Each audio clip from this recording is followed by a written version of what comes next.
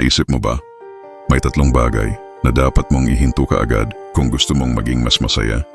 Unang-una, kailangan mong ihinto ang pagsisisi sa nakaraan. Wala ka nang magagawa tungkol pa doon.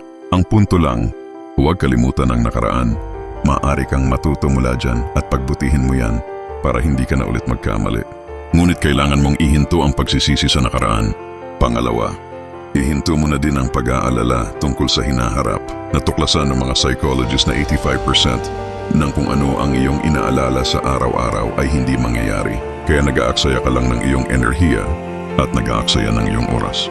At ang pangatlo, huminto sa paghahanap para sa iyong kaligayahan mula sa ibang tao.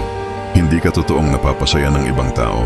Imposible talaga dahil 100% inside job ang kaligayahan at ikaw mismo ang gagawa niyan.